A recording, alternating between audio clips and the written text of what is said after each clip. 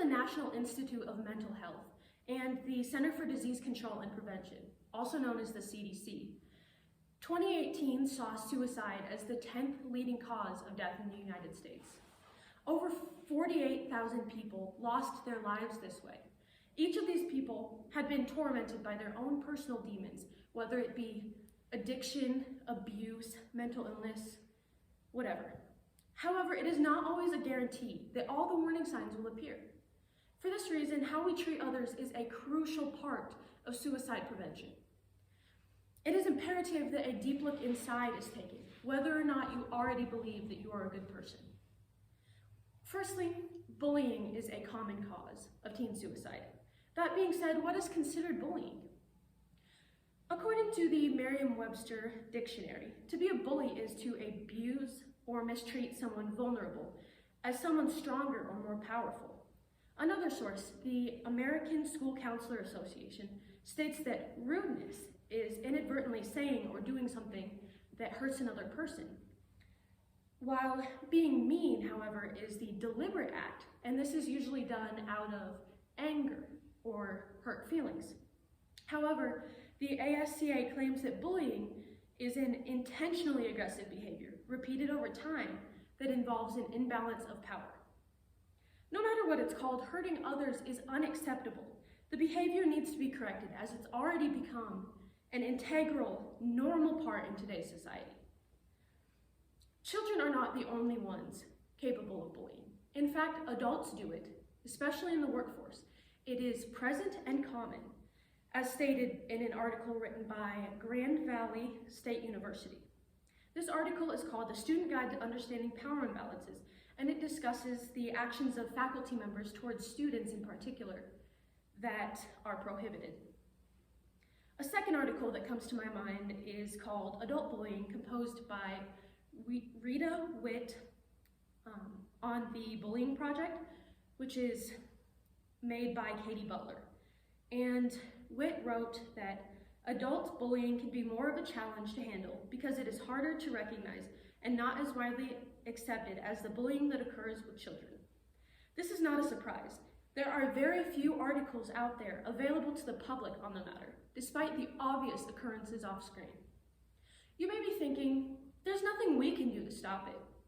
However, suicide prevention is possible if everyone were to just take a look inside. When's the last time you've caught yourself judging someone without even trying to see it from a different angle? It's easy to see or hear these instances if you just take the time to observe others, especially during times where you can't control who you're around. I will admit that I myself am prone to judging. And I'm human after all, raised in the same society as my peers. But here's the catch. My judgments are silent, and for me to hear. They always come with a wave of guilt. And I suppose that's why I always try and look at the situation from another angle. For instance, there are a handful of people in my small school with very visible mental illnesses. These people are frowned upon and looked at very differently, very obviously, by not only my peers, but faculty as well. Especially after these kids do something considered embarrassing. The people who judge fail to put themselves in the children's shoes, instead choosing to set aside empathy and cringe at what has been considered unusual by the general, often neurotypical public. All it would take to prevent bullying is an inner evaluation. Listen to these questions that I'm about to ask you and answer them honestly inside your head. Do not think, however, of what others would want you to say. 1. If what you thought or said about someone became public, would the other person be hurt? 2. If you hurt the other person, do you feel as if they need to grow up? 3. Have you ever been offended by something someone has said about you or done to you, even if you have done likewise? If you have answered yes to any of these questions, I implore you to take action. There are all kinds of resources out there. Self-help books, religions if you so choose, or even therapy, all of which have their own stigmas. But please don't believe them, because they only serve the purpose of making the world a better place.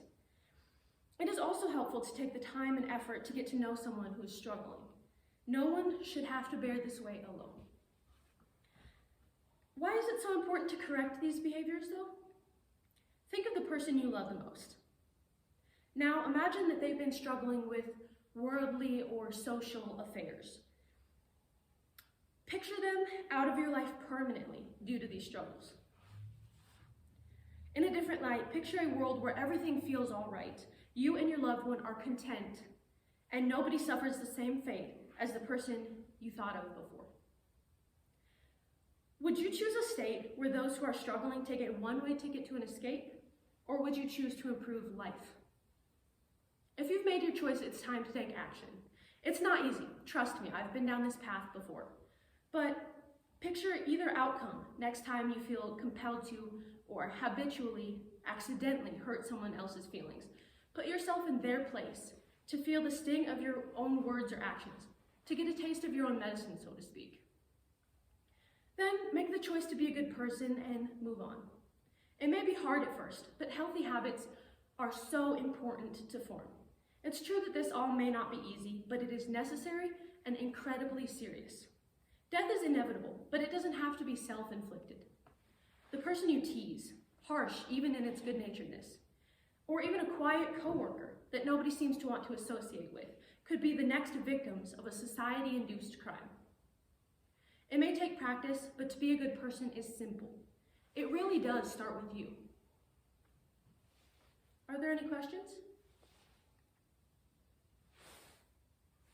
Why did you pick this subject? Well, honestly, there are a few things that I do feel strongly about. And it's those things that I find taking over my thoughts 24/7. And bullying is a very personal subject to me because I've grown up being bullied. I've watched others be bullied and felt for them. And I've seen other people struggle with this to the point where they want to lose their lives.